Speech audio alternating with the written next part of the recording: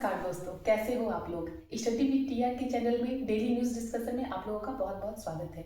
यहाँ हम हर दिन का न्यूज़ डिस्कस करते हैं। जो भी इंपॉर्टेंट न्यूज़ होता है उससे हम यहाँ बहुत डिटेल में डिस्कस करते हैं, जो आपको देश दुनिया के बारे में जानने में, और अगर आप सरकारी नौकरी का तैयारी कर रहे हो, कोई भी कम्पिटेटिव एग्जाम का तैयारी कर रहे हो, तो उसके प्रिपरेशन में भी हेल्प कर सकता है। क्योंकि आजकल जो भी एग्जाम में क्वेश्चन पूछा जाता है मैक्सिमम वो करंट अफेयर से ही होता है, उसके बैकग्राउंड से ही लिया जाता है। तो आपके लिए ये हेल्पफुल हो सकता है कोई भी कम्पिटेटिव एग्जाम में भी। तो आइए एक एक करके न्यूज़ डिस्कस करते हैं जो इसमें है। अब हम सबसे पहले डिस्कस करेंगे, एक ओवरव्यू ले लेते हैं, कितना सारा न्यूज़ डिस्कस करेंगे और कौन कौन सा करेंगे। पहले हम डीलिमिटेशन कमीशन के बारे में समझेंगे कि डीलिमिटेशन कमीशन होता क्या है और ये क्यों न्यूज़ में है। फिर युवा 3.0 डिस्कस करेंगे, लिटरेचर को कैसे प्रमोट कर रहा है, ये कौन सा योजना है। फिर थर्ड देखेंगे अमृत सरोवर मिशन क्या है, ये अमृत सरोवर क्या है, ये क्यों न्यूज़ में है, ये देखेंगे। उसके बाद फिर से एक जाफर एक्सप्रेस जो है वो देखेंगे। जाफर एक्सप्रेस में जो भी घटना हुआ था पाकिस्तान में, वो इल्ज़ाम इंडिया पे लगा रहे हैं जो हमेशा पाकिस्तान करते आया है। तो ये बहुत इलॉजिकल बात है, पर न्यूज़ में है तो इसे फिर से एक बार डिस्कस करेंगे। फिर देखेंगे जो रुपीज़ हमारे पैसा नोट होता है उस पर कितने भाषा में लिखा होता है, कितना भाषा यूज़ किया हुआ है नोट के ऊपर, और हमारा ऑफिशियल लैंग्वेज क्या है, कितने ऑफिशियल लैंग्वेज हैं। ये थोड़ा ओवरव्यू लेंगे। कल मैंने डिस्कस किया था इसके बारे में, क्योंकि आज फिर से न्यूज़ में है तो एक बार फिर से हम रिवाइज कर लेंगे इसे। फिर देखेंगे अपार आईटी सिस्टम क्या है, ये भी न्यूज़ में है। अपार आईटी सिस्टम इससे मैंडेटरी कर दिया गया है, बहुत सारे स्टेट मैंडेटरी कर रहे हैं इसे, जबकि इसका जो मिशन था इसमें मैंडेटरी नहीं था। तो अपार के बारे में जानेंगे है क्या ये टर्म। उसके बाद नेक्स्ट हम 5 टर्म ऐसा डिस्कस करेंगे जो एग्जाम में डायरेक्टली पूछ लिया जाता है कि ये टर्म का मतलब क्या होता है। तो 5 टर्म डिस्कस करेंगे जो एग्जाम में अगर इससे टर्म से आ जाए क्वेश्चन तो भी आप घबराओ ना, आप इसे सही करके आ सकते हो। तो आइए एक एक करके डिस्कस करते हैं। पहले हम डीलिमिटेशन बहुत सारे न्यूज़ में होता है, हम देखते हैं न्यूज़ समझ में नहीं आता है कि डीलिमिटेशन है क्या। तो अब देखते हैं डीलिमिटेशन क्या है। हमारे लोकसभा में एमपी होते हैं, ठीक। एमपी स्टेट से जाते हैं। हर स्टेट को पॉपुलेशन के हिसाब से डिवाइड किया जाता है, स्टेट को डिवाइड किया जाता है। मान लेते हैं कहा जाए कि एक एमपी को, एक हाइपोथेटिकल मानते हैं कि 1 लाख पॉपुलेशन में एक एमपी होना चाहिए। अब स्टेट अलग अलग स्टेट में तो पॉपुलेशन डिफरेंट डिफरेंट होता है। अब उससे इक्वालिटी लाने के लिए कि एक एमपी, एमपी का मतलब क्या होता है, जो लोग को रिप्रेजेंट करते हैं। एमपी जो लोकसभा के एमपी होते हैं वो लोग को रिप्रेजेंट करते हैं, और राज्यसभा के एमपी जो होते हैं वो स्टेट को रिप्रेजेंट करते हैं। पर जब डिलिमिटेशन काम ये करता है कि हर एमपी को इक्वल नंबर ऑफ पॉपुलेशन मिलना चाहिए। अगर किसी स्टेट में मान लेते हैं 5 लाख, हाइपोथेटिकल मान रहे हैं 5 लाख पॉपुलेशन है और 1 लाख पे एक एमपी है, तो इस वाले स्टेट को 5 एमपी मिलेगा। इस वाले स्टेट को कितना एमपी मिल सकता है, 5 एमपी। जैसे यहाँ पे ये स्टेट है, ये स्टेट ए है और ये स्टेट बी है। मान लेते हैं यहाँ पे पॉपुलेशन है 10 लाख, यहाँ मान लेते हैं 5 लाख है। अगर ऐसा कहा जाए, हाइपोथेटिकल मान के कि 1 लाख में एक एमपी मिलेगा जितने भी कॉन्स्टिट्यूएंसी है। अब इस 1 लाख को, हर 1 लाख को एक कॉन्स्टिट्यूएंसी कहेंगे, स्टेट को नहीं, 1 लाख पॉपुलेशन को एक कॉन्स्टिट्यूएंसी कहते हैं। जैसे 10 लाख वाला स्टेट है तो इसमें कितना, 10 कॉन्स्टिट्यूएंसी बनेगा 1 लाख का, तो इसमें 10 एमपी आ गए। 5 लाख वाला स्टेट है, इसमें 5 कॉन्स्टिट्यूएंसी बनेगा, 5 एमपी आ गए। मतलब पॉपुलेशन के हिसाब से एमपी दिया जाता है, उस स्टेट का उतना रिप्रेजेंटेशन होता है लोकसभा में। अब इसको लेकर के ये मुद्दा छिड़ गया है। साउथ अफ्रीका वाले राज्य, साउथ इंडिया वाले राज्य क्या किए हुए हैं, वो उनका पॉपुलेशन कंट्रोल है, मतलब उनका पॉपुलेशन कम हो गया पहले के कंपैरिजन में, जो अभी से पहले सेंसस लेके चल रहा है। पहले छोड़ो, इसे डिस्कस करने से पहले डीलिमिटेशन कमीशन के बारे में बताते हैं क्या इसका कहानी है, फिर ये डिस्कस करेंगे। इतना समझ में आ गया कि डीलिमिटेशन का काम क्या करता है, बाउंड्री को डिवाइड करता है ताकि हर पॉपुलेशन में, इक्वल पॉपुलेशन में इक्वल एमपी मिले। इतना डीलिमिटेशन का काम है। अभी हम डिस्कस करेंगे साउथ इंडिया वाला पार्ट क्या है, क्यों है न्यूज में, तब देखते हैं। ये कॉन्स्टिट्यूशनल बॉडी है, डीलिमिटेशन कमीशन क्या है, कॉन्स्टिट्यूशनल बॉडी है। ये आर्टिकल 82 के अंदर में आता है, ठीक। डीलिमिटेशन एक्ट, हर इसमें ये कहा गया है कि एवरी सेंसस के बाद जो पार्लियामेंट है वो क्या करेंगे, डिलिमिटेशन एक्ट बनाएंगे। जब वो एक्ट बन जाएगा तो कमीशन बनाया जाएगा। इस कमीशन में 3 मेंबर होते हैं, जिसमें इस कमीशन में एक होता है state election commission, chief election commission और एक सुप्रीम कोर्ट के रिटायर्ड जज भी होते हैं। इसीलिए इसका जो भी कहानी होता है, जो काम डिलिमिटेशन कमीशन करते हैं, वो कभी भी कोर्ट में नहीं जाता है, उनका ये फाइनल माना जाता है, रिव्यू नहीं किया जाता है कोर्ट में, क्योंकि इसमें खुद ही सुप्रीम कोर्ट के रिटायर्ड जज बैठे हुए हैं। तो अगर ये कैसे भी बाउंड्री को अगर डिवाइड किए, कुछ भी किए, तो ये जाके कोई भी कोर्ट में नहीं जा सकता। तो ये तो हो गया बात। फिर अभी तक डिलिमिटेशन कमीशन को सिर्फ 4 बार लाया गया है। पहला आया था, जो पहला सेंसस हुआ था 1951 में, वो 494 MPs थे। ये था 1952 में एवरी सेंसस, ये सेंसस हुआ, ये डिलिमिटेशन कमीशन आया था। 1961 में दूसरा सेंसस हुआ जिसमें 522 MPs थे और डिलिमिटेशन कमीशन 1962 में आया। 1971 में तीसरा सेंसस था और डिलिमिटेशन कमीशन 72 में आया। 3 हो गया। उसके बाद क्या हुआ, 42nd अमेंडमेंट एक्ट, जिसे मिनी कॉन्स्टिट्यूशन भी कहते हैं। बहुत सारा चेंज किया गया कॉन्स्टिट्यूशन में। 42nd अमेंडमेंट 1976 में चेंज करके ये कहा गया कि जो सेंसस है, डिलिमिटेशन कमीशन, उसे फ्रीज कर दो, उसे फ्रीज कर दो। क्यों? क्योंकि पॉपुलेशन कंट्रोल करना है, पॉपुलेशन कंट्रोल करना है, तो इसे इस वजह से इसे फ्रीज कर दिया गया कि अब पॉपुलेशन पर डिपेंड नहीं करेगा। जो सेंसस 1971 से जो पॉपुलेशन लिया गया था कि 1 लाख में इतना एमपीस दिया जाएगा, तो वही रहेगा। अभी तुम लोग अपना पॉपुलेशन कम करते रहो। हो सकता है अगर पॉपुलेशन कम करें तो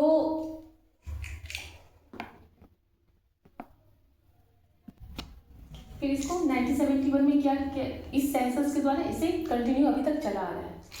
फिर एक आया था 42nd अमेंडमेंट एक्ट में ये कहा गया था कि टिल 2001 तक इसे फ्रीज कर दिया जाएगा। ठीक, उसके बाद 84 अमेंडमेंट एक्ट आया। 42nd अमेंडमेंट एक्ट में क्या कहा गया था कि जो 1971 का सेंसस अब कंटिन्यू चलेगा 2001 तक, इसीलिए 91 में नहीं आया, डिलिमिटेशन कमीशन नहीं बना। उसके बाद 2001 में क्या हुआ, नेक्स्ट चौथा डिलिमिटेशन कमीशन आया 2002।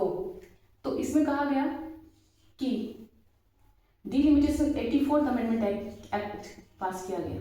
84th अमेंडमेंट एक्ट पास किया गया। इसमें कहा गया कि जो पॉपुलेशन है वो 1971 के हिसाब से ही चलेगा। डिलिमिटेशन कमीशन जो लिमिट एमपी का जो सीट है वो चेंज नहीं किया जाएगा। कब तक चेंज नहीं किया जाएगा? 2026 का के बाद का फर्स्ट सेंसस तक, मतलब जो 2031 में होगा तब तक जो सेंसस में जो पॉपुलेशन आएगा उस हिसाब से यहाँ तक फ्रीज कर दिया गया।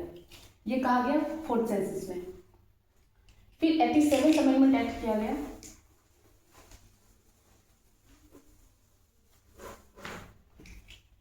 फिर 87th अमेंडमेंट एक्ट में ये कहा गया कि डिलिमिटेशन कमीशन जो है वो बाउंड्री को कर सकते हैं बाउंड्री डिवाइड कर सकते हैं, पर एमपी का सीट नहीं बढ़ेगा। एमपी का सीट वैसे ही रहेगा, 543 है तो 543 ही रहेगा अकॉर्डिंग टू सेंसस 1971। पर वो बाउंड्री डिवाइड करके देख सकते हैं कि कितना पॉपुलेशन कहाँ पे कितना बढ़ रहा है और घट रहा है, ताकि आगे आने वाले समय में हम उसे चेंज कर पाए सीट के हिसाब से। जैसे अभी नया पार्लियामेंट बना तो उसके हिसाब से हम कुछ अपना डाटा ला पाए और अपना प्लान कर पाए। तो डिलिमिटेशन कमीशन फ्रीज नहीं किया जाएगा, डिलिमिटेशन कमीशन होगा जो 87 अमेंडमेंट एक्ट में कहा गया 2003 में। वो बाउंड्री अपना डिसाइड करेंगे पर एमपीज का नंबर चेंज नहीं होगा। ठीक, अब इस बात को लेकर के ही पहले तमिलनाडु के चीफ मिनिस्टर, फिर अब केरला के, फिर जो साउथ इंडिया के जो भी स्टेट हैं वो कह रहे हैं कि नहीं, जो ये था 1971 का सेंसस के पॉपुलेशन के हिसाब से जो चल रहा था एमपी का सीट पार्लियामेंट में, इसे अब तुम 1952 तक कर दो, इसे 1952 तक फ्रीज कर देना चाहिए, 56 तक, इसे 30 साल और बढ़ा देना चाहिए। क्यों? क्योंकि जो साउथ इंडिया वाले स्टेट है वो अपना पॉपुलेशन कम कर लिए, तो बोले हमें अपना पॉपुलेशन कम करने के लिए पनिशमेंट दिया जाएगा। मतलब अगर यहाँ पॉपुलेशन कम है मान लो इस स्टेट में 5 लाख पॉपुलेशन है और यूपी में मान लो 15 लाख है, ये तो अपना पॉपुलेशन कंट्रोल करके 5 लाख ले आए, पर इसमें एमपी कितना जाएगा, 5 एमपी, यहाँ से 15 एमपी। पर जो पार्लियामेंट में जब बैठेंगे तो ज़्यादा रिप्रेजेंटेशन किन का होगा, उत्तर प्रदेश का होगा। अब ये जो रूल बनाएंगे, ये जो बात करेंगे, सबका डिस्कशन से ही होता है। कोई रूल अगर बनेगा तो इनका ज़्यादा वोट जाएगा, ये चाहते हुए भी नहीं कर पाएंगे, तो बोलेंगे हमारा जो रिप्रेजेंटेशन है वो पार्लियामेंट में कम हो जाएगा। इस वजह से इन साउथ इंडिया के जो भी स्टेट है वो कह रहे हैं कि जो सेंसस था, जो पार्लियामेंट का सीट है, एमपीज का सीट है, उसे फ्रीज कर दो 2056 तक, वैसे ही रहने दो, क्योंकि हम तो अपना कंट्रोल कर लिए पॉपुलेशन, और भी स्टेट को कम करने दो पहले। जब और स्टेट कम कर लेंगे पॉपुलेशन, तब इक्वालिटी होगा, तब एमपी जो भी एमपी का जो सीट है वो पार्लियामेंट में बढ़ाना चाहिए। तो इसलिए ये न्यूज़ में था।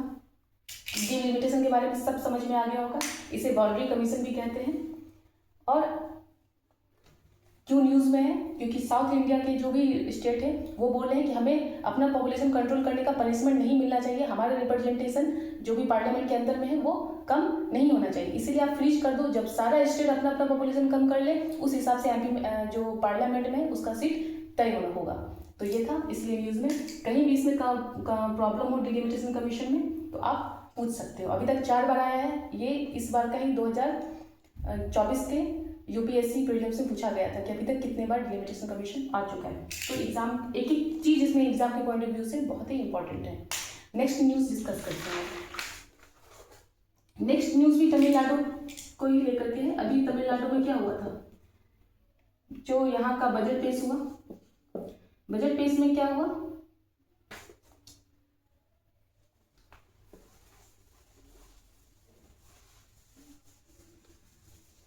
वो जो इसके बारे में कल मैंने डिस्कस किया था, इसका सिंबल चेंज हो गया था, इस तरीके का आया है सिंबल। तो ये सिंबल बोल रहे हैं, अब देखो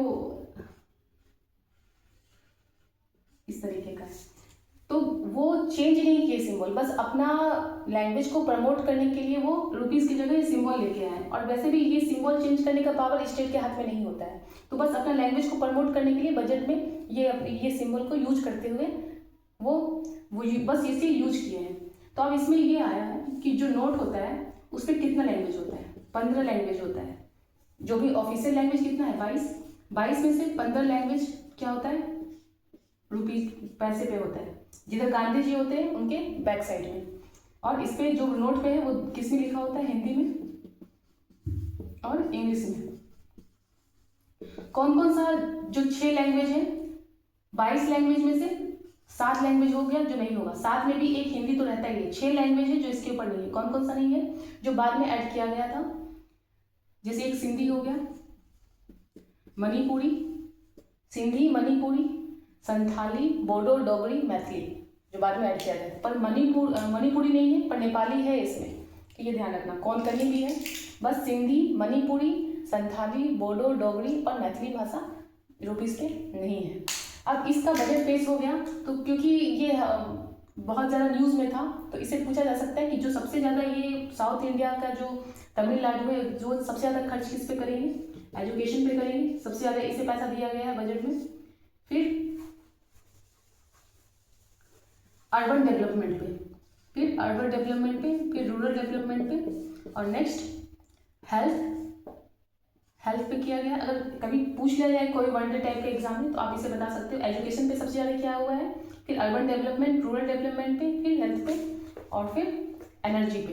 इस तरीके से ये अपना पैसा बजट बनाए हुए हैं तमिलनाडु के स्टेट, जो अभी बजट पेश हुआ है। तो ये समझ में आ गया। नेक्स्ट देखते हैं, नेक्स्ट न्यूज़ को डिटेल से समझते हैं। नेक्स्ट न्यूज़ है अमृत सरोवर मिशन के बारे में। अमृत सरोवर मिशन क्या है, ये अभी 25 अप्रैल को 2020 में इसे शुरू किया गया था। ठीक, 24 अप्रैल 2022 में इसे शुरू किया गया था। ये है क्या, इसमें है conservation of water. Conservation of water कैसे करेंगे, इसमें कहा गया था कि 75 वाटर बॉडी, तालाब हो गया, तालाब वाटर बॉडी पर डिस्ट्रिक्ट में हम बनाएंगे। इसका ये था क्योंकि ग्राउंड वाटर डिप्लेशन हो रहा है, वाटर स्कैरसिटी बहुत है, तो water scarcity conservation of water के लिए कहा गया था कि 75, हर डिस्ट्रिक्ट में कम से कम 75 वाटर बॉडी होने चाहिए। पर करेंगे कौन कौन सा मिनिस्टर काम करेंगे इसमें बहुत पहला तो department ministry of rural development करेंगे। फिर इसमें डिपार्टमेंट भी बहुत सारा आएगा, डिपार्टमेंट जैसे हो गया डिपार्टमेंट ऑफ रूरल डेवलपमेंट तो आएंगे ही। फिर water resource, department of water resource, department of drinking water and sanitation, ministry of panchayat भी आएंगे इसमें, ministry of rural development, ministry of panchayat, बहुत सारे डिपार्टमेंट आएंगे, water resource, drinking water and sanitation department, ministry of forest, क्योंकि environment का बात हो रहा है तो मुझे 3 मिनिस्ट्री याद रखना है, ministry of rural development, ministry of panchayat ministry और ministry of forest and climate change. पर अब न्यूज़ में ये जो अमृत सरोवर मिशन है ये इसलिए आ गए क्योंकि एक और मिनिस्ट्री इसमें ऐड हो गए रिसेंटली। कौन? Railway ministry. रेलवे मिनिस्ट्री बोल रहे हैं कि हम भी इसमें काम करेंगे, किसमें? अमृत सरोवर मिशन में। अभी क्यों न्यूज़ में है?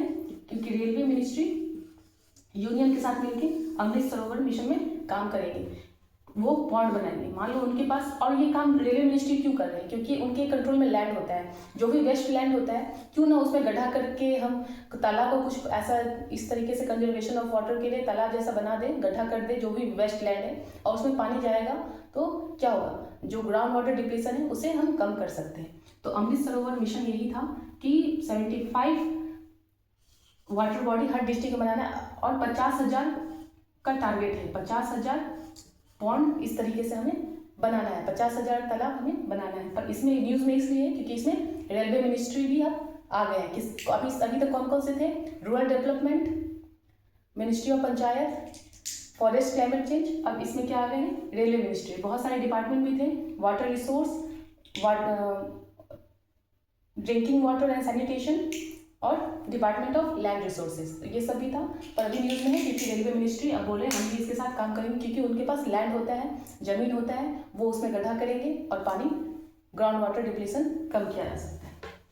तो ये था अमृत सरोवर मिशन के बारे में।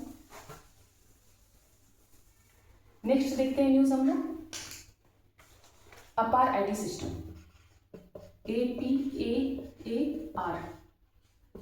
ये एक आईडी सिस्टम है बच्चों के लिए स्कूल में। इसका फुल फॉर्म पहले देखते हैं।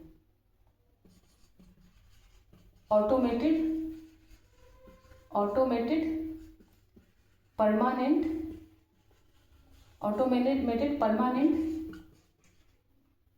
Academic account registry.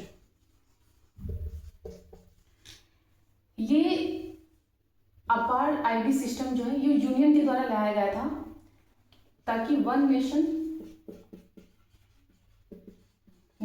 One student हो, वन नेशन वन स्टूडेंट हो। मतलब एक बच्चा जब एडमिशन लेता है तो उसका जितना भी जो भी उसका डाटा होता है, जो आधार कार्ड के साथ लिंक हो जाएगा, उसका एज, उसके वो कौन सा स्कूल में एडमिशन लिया है, वो उसके मम्मी पापा कौन है, सारा कुछ उसमें ऐड हो जाएगा। अगर वो स्कूल ट्रांसफर करता है तो वो सब डाटा फिर ऐड होते जाएगा। वो जहाँ भी जाएगा, जब तक बना होगा उसका एज सब चेंज उसमें ही ऐड होते जाएगा।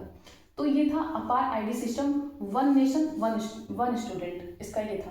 मतलब वो कहीं भी जाए, एक स्टेट से दूसरी जगह ट्रांसफर होते रहता है तो बच्चों को प्रॉब्लम होता है, कभी नाम चेंज हो जाता है, उसका ये पता नहीं होता है कहाँ से आया, फिर से दूसरे क्लास में एडमिशन होता है। तो ये सब प्रॉब्लम को एक स्टूडेंट का एक फैक्ट डाटा भी रहे गवर्नमेंट के पास, इससे बस गवर्नमेंट इस डाटा को बस गवर्नमेंट एक्सेस कर सकते हैं। ये बहुत ही फ्लैक्सिबल सिस्टम बनाने की कोशिश किया गया था, पर स्टेट अपना मनमानी करने लगे हैं अभी सिस्टम पे, इसलिए ये न्यूज़ में इसको बहुत फ्लेक्सिबल बनाने की कोशिश किया गया था। इसे ये कहा गया था कि बस इसे गवर्नमेंट एक्सेस कर सकते हैं, क्योंकि हमारे यहाँ डाटा प्रोटेक्शन तो ठीक से है नहीं। 2023 में आया भी था डिजिटल डाटा प्रोटेक्शन, पर वो अभी काम नहीं कर रहा है ठीक से, तो डिजिटल डाटा प्रोटेक्शन है नहीं, तो इसे गवर्नमेंट बस एक्सेस कर सकते हैं। और विदाउट कंसेंट, उसमें कहा जाएगा कि आपका कंसेंट हो जिसका वो भी आईडी होगा तो ही ये हो सकता है।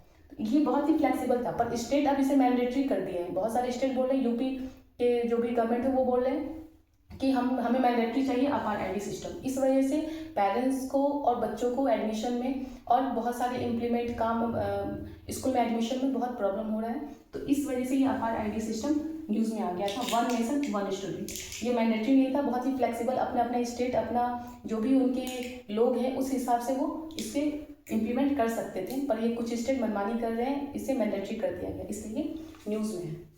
इसके साथ साथ एक और टर्म है जिसे आप याद रख सकते हो एग्जाम के पॉइंट ऑफ व्यू से।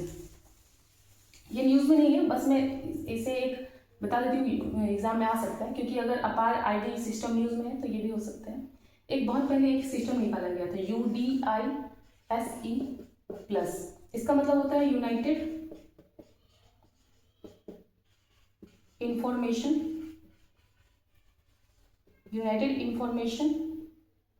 System for education plus. मतलब ये था कि जितना भी स्कूल है कंट्री में, जितने भी स्कूल है, जितने भी टीचर है, एक एजुकेशन का एक डाटा ये जो है UDISE प्लस के अंदर आ जाए, unified information system for education plus. मतलब जो भी लार्जेस्ट मैनेजमेंट इंफॉर्मेशन हमारे पास, सरकार के पास, स्टूडेंट और टीचर, एक एजुकेशन सिस्टम का एक डाटा होना चाहिए इसके अंदर में, UDISE प्लस के अंदर में। इसे याद रखना, यूडी पूछा जाए तो क्या है, United information system for education, UDISE। अपार और आईडी तो हो गया न्यूज़। अब देखते हैं तीसरा न्यूज़ क्या है। युवा 3.0, युवा 3.0 अभी लॉन्च किया गया है। किसके द्वारा? MP के, तो हमारे जो भी अभी ये युवा 3.0 लॉन्च किया गया। ये क्या है? ये ऑथर प्रमोशन है। क्या है? ऑथर्स प्रमोट करेंगे। युवा मतलब 30 साल ईयर तक के जो भी युवा हैं उन्हें लिटरेचर में प्रमोट करने की बातें कही जा रही है। मतलब इसमें 50 ऑथर को लिया जाएगा, उसे थीम दिया जाएगा, जैसे 3 थीम दिया हुआ है। एक वो contribution of Indian diaspora and contribution of Indian diaspora building, nation building में, नेशन। एक थीम है contribution of Indian diaspora in nation building, उनका क्या कंट्रीब्यूशन, ये थीम दिया गया, इस पर लिखना है।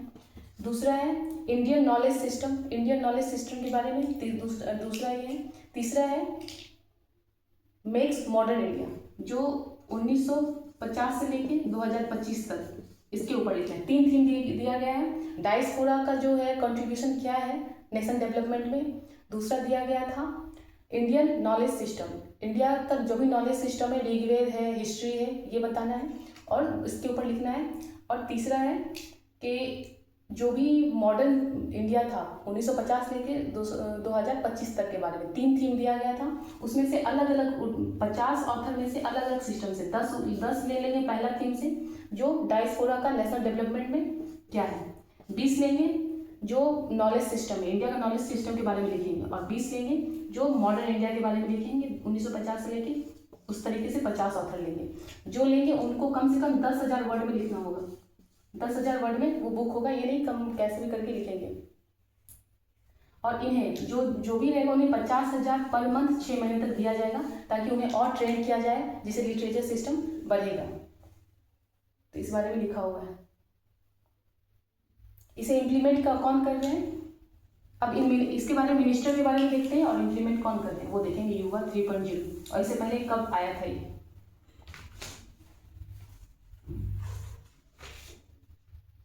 ये पहले, सबसे पहले जो आया था वो 2021 में लाया गया था।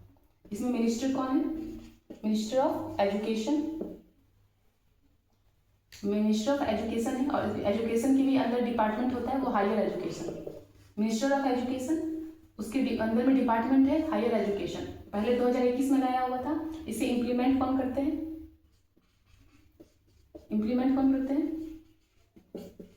इम्प्लीमेंट करने वाला जो एजेंसी है, नोडल एजेंसी, वो नेशनल बुक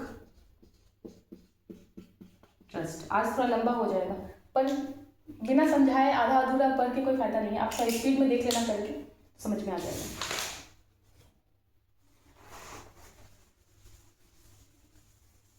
एक है fourth number of money for terror conference. बस इसे डिटेल में लिखेंगे पर समझ लेते हैं। Money for terror conference. Money for terror conference अभी हुआ है, फोर्थ हुआ है कहाँ पे? जर्मनी में। मनीज एक टाउन है जर्मनी के अंदर, उसमें हुआ है। मनीज एक टाउन है जर्मनी के अंदर। Fourth money for terror conference, मतलब जो भी टेररिस्ट होते हैं उन्हें कोई ना कोई फिनांस, कोई ना कोई पैसा देता होगा ताकि आप ये ताकि उनको वो प्रमोट कर होते हैं, वो टेररिज्म फैलाते हैं। तो इसी के बारे में कॉन्फ्रेंस हुआ कि money for terror conference, terrorism को रोकना है एज अ फिनांस। उसे जो भी सपोर्ट करते हैं उन्हें ब्लैक लिस्ट में डाल करके। इसे स्टैब्लिश कब किया गया था? 2018 में। पहला कहाँ हुआ था? पेरिस में हुआ था, यानी कि इसे इम्प्लीमेंट करने वाला पहला जो भी कंट्री होगा वो होगा फ्रांस।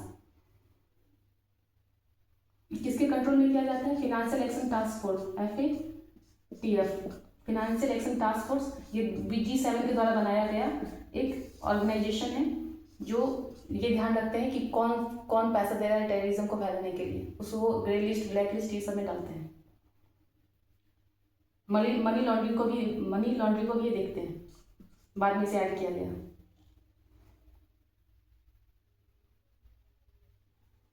ठीक, ये हो गया। एक शॉर्ट टर्म में देख लेते हैं कौन कौन सा है।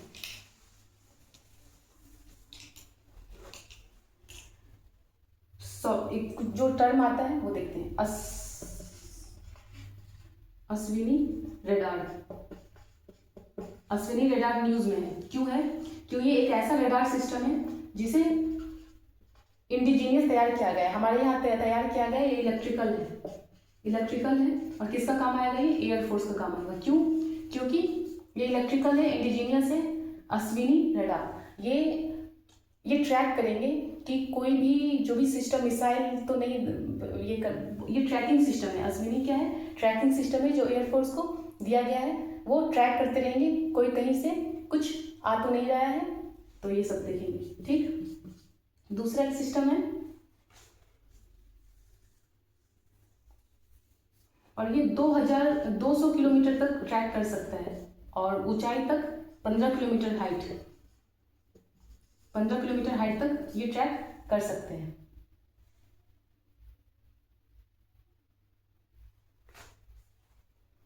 आपको 2 क्वेश्चन का आंसर देना है, वो मैं क्वेश्चन लिख देती हूँ। ब्राह्मणी जो रिवर है, ब्राह्मणी